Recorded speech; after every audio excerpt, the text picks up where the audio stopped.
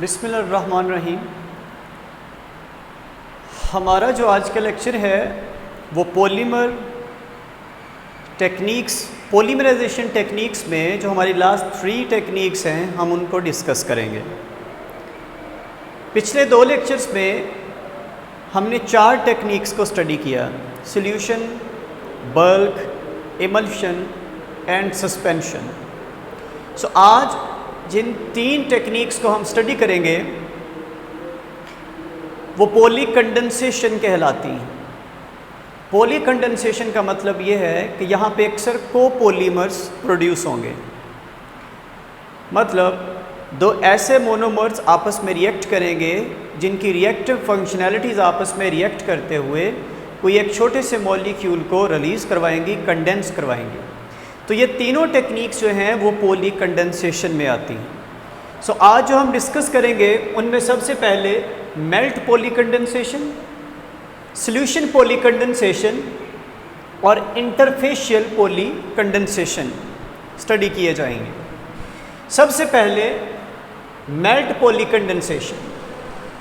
इसमें हम जो मोनोमर इस्तेमाल करने जाएंगे उनमें एक आध कंपोनेंट सॉलिड होना चाहिए। मोनोमर का एक कंपोनेंट सॉलिड हो। सेकेंडली, मोनोमर जो आप इस्तेमाल करेंगे वो हाई टेम्परेचर पे एक्ट करना जानते हों और अपने मेल्टिंग पॉइंट के करीब कभी डीकम्पोज ना हो। मतलब मेल्ट होना और चीज़ है, डीकम्पोज होना और चीज़ है। मेल्ट होने के बाद चीज़ें अपनी आइडेंटिटीज़ को रिटेन रखती हैं, केमिकल आइडेंटिटीज़ को, लेकिन डीकम्पोज होने का मतलब है वो अपनी केमिकल आइडेंटिटी लूज़ कर देगी। तो फिज़िकल आइडेंटिटी लूज़ करें बट केमिकली वो रिटेन रखें अपनी आइडेंटिटी को। तो हम ये कहेंगे जो भी मोनोमर आप इस्तेमाल करने जा रहे हैं मेल्टिंग पॉइंट के करीब जाके या मेल्ट होने के बाद भी वो डीकम्पोज ना हो। हाई टेम्परेचर रिक्वायर्ड होता है मेल्ट पॉली कंडेंसेशन में, और हाई टेम्परेचर की मौजूदगी की वजह से हम मेल्ट पॉली कंडेंसेशन को अक्सर इनर्ट किस्म के एटमॉस्फेयर में हम अप्लाई करेंगे। मसलन आप कभी भी नॉर्मल रूम टेम्परेचर पे या रूम एटमॉस्फेयर में मेल्ट पॉली कंडेंसेशन नहीं करवाएंगे। इसके लिए आप इनर्ट एटमॉस्फेयर क्रिएट करेंगे, मतलब ऑक्सीजन की बजाय आप इसको नाइट्रोजन की मौजूदगी में करवाएंगे या कार्बन डाइऑक्साइड की मौजूदगी में स्पेशल किस्म के चैम्बर्स और कंटेनर्स के अंदर ये पॉली कंडेंसेशन करवाई जाएगी, called melt poly condensation. Oxygen की मौजूदगी में अगर नॉर्मल एटमॉस्फेयर में हम ये पॉली कंडेंसेशन करवाएं तो इसका नुकसान क्या होगा?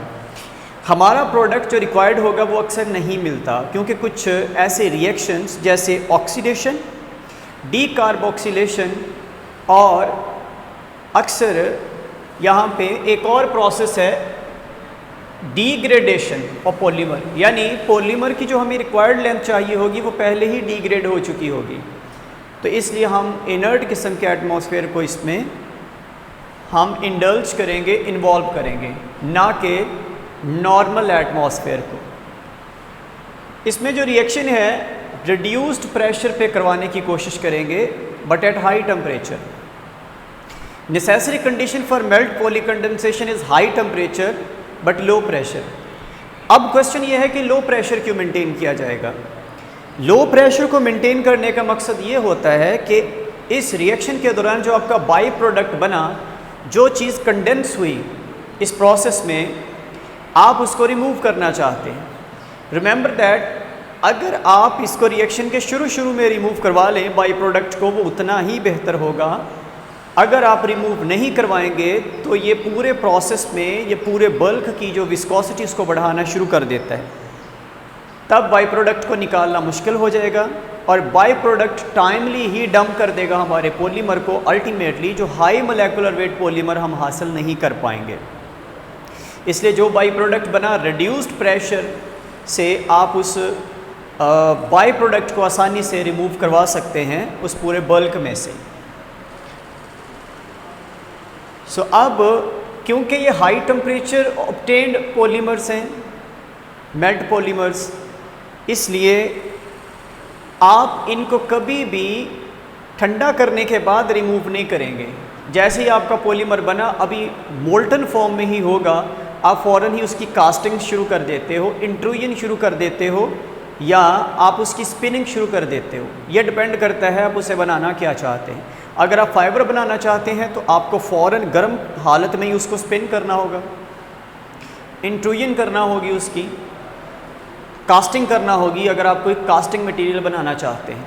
अगर आप इसको ठंडा होने देंगे तो जिस चैम्बर के अंदर आपने इसको बनाया है उस चैम्बर में से ही निकालना आपके लिए मुश्किल हो जाएगा, क्योंकि ये फौरी तौर पे हाईली विस्कस हो जाएगा ठंडा होने पे। इसलिए आप इसको फौरी तौर पे मोल्टन फॉर्म में ही इस्तेमाल करेंगे। अब मेल्ट पॉली कंडेंसेशन की दो एग्जांपल हैं, नायलॉन 66 और पॉलीएथाइलिन टेरिथैलेट। नायलॉन 66 हम जानते हैं, इससे ख़ास किस्म के फाइबर्स बनाए जाते हैं, तो इसमें स्पिनिंग प्रोसेस इस्तेमाल होता है। अब सेकंड है सोल्यूशन पॉली कंडेंसेशन। हमने एक सोल्यूशन पॉलीमराइजेशन भी पढ़ा है, अब ये सोल्यूशन पॉली कंडेंसेशन है। So there is a difference between these two terms. जो सोल्यूशन पॉलीमराइजेशन है उसमें हम रेडिकल पॉलीमराइजेशन करवाते हैं, लेकिन यहाँ पे हम को पॉलीमर बनाने जा रहे हैं, तो आप सोल्यूशन पॉली कंडेंसेशन करवाएंगे। इसमें जो आपके रिएक्टेंट्स हैं उनको एक इनर्ट सॉल्वेंट में, जैसा कि हम सोल्यूशन पॉलीमराइजेशन में लेते थे, यहाँ पे भी मोनोमर को इनर्ट सॉल्वेंट में डाला जाएगा। टेम्परेचर लो रखा जाएगा, और टेम्परेचर को लो रखने से एक तो जो हमारा हीट ट्रांसफ़र सिस्टम है वो प्रॉपर होगा, और दूसरा मैस को भी हम इजीली कंट्रोल कर सकते हैं। सॉल्वेंट जो है वो इंट्रैप कर लेता है बाई प्रोडक्ट को। जैसे ही इसकी कंडेंसेशन होती है, जो हमारा बाई प्रोडक्ट बनेगा, वो जो इनर्ट सॉल्वेंट जिसके अंदर आपने मोनोमर डाला था, ये सॉल्वेंट ही उसको अपने अंदर एब्जॉर्ब करना शुरू कर देता है, यानी वो सॉल्वेंट ही इसको इंट्रैप कर लेगा बाई प्रोडक्ट को। तो यहाँ पे ये बात साबित हुई, सोल्यूशन पॉली कंडेंसेशन में प्योरिटी हमारे लिए बड़ा मसला नहीं, क्योंकि जो बाई प्रोडक्ट मिला वो फौरी तौर पे उसी इनर्ट सॉल्वेंट के अंदर अलग किया जा सकता है, और इसमें डिग्री ऑफ पॉलीमराइजेशन लो होगी। यानी जैसे हम हाई मोलेकुलर वेट पॉलीमर हासिल करते थे मेल्ट पॉली कंडेंसेशन में, ऐसा यहाँ पे मुमकिन नहीं है। वो उस इनर्ट सॉल्वेंट की मौजूदगी है जो मैस को कंट्रोल कर देती है और रेट को भी कंट्रोल करती है। रिएक्शन को ना तेज़ी के साथ चलने देगी, बल्कि लंबा प्रोसेस भी नहीं होने देगी, टाइम से डंप कर देगी ये प्रोसेस को। यहाँ पे जो दो एग्जांपल्स हैं, इसमें पॉलीएस्टर रेजन्स हैं, अक्सर जो डाइयोल्स या डाइकार्बोजाइलिक एसिड्स को एज अ मोनोमर यूज़ करने से मिलते हैं, और इसमें जो सॉल्वेंट है वो हाई बॉइलिंग एरोमेटिक हाइड्रोकार्बन इस्तेमाल किए जाते हैं। जो इनर्ट सॉल्वेंट की बात की थी वो हाईली बॉइलिंग एरोमेटिक हाइड्रोकार्बन्स होंगे। तीसरी टाइप का जो पॉली कंडेंसेशन है वो इंटरफेशियल पॉली कंडेंसेशन है। इंटरफेशियल इसको इसलिए बोलते हैं, इसमें दो डिफरेंट फेजेस को आप इकट्ठा करते हो, यानी आपका एक मोनोमर जो है उसको जिस सॉल्वेंट में हल किया, और दूसरा मोनोमर उसको अलग सॉल्वेंट में हल करेंगे, और ये जो दोनों सॉल्वेंट जिसमें आपने अलग अलग मोनोमर को डिज़ोल्व किया है, ये दोनों आपस में हल नहीं होने चाहिए, इनसॉल्युबल होने चाहिए। मसलन यहाँ पे मैं आपको एग्जांपल देता हूँ। हम एक प्रोडक्ट बनाने जा रहे हैं पॉलीएमाइड्स।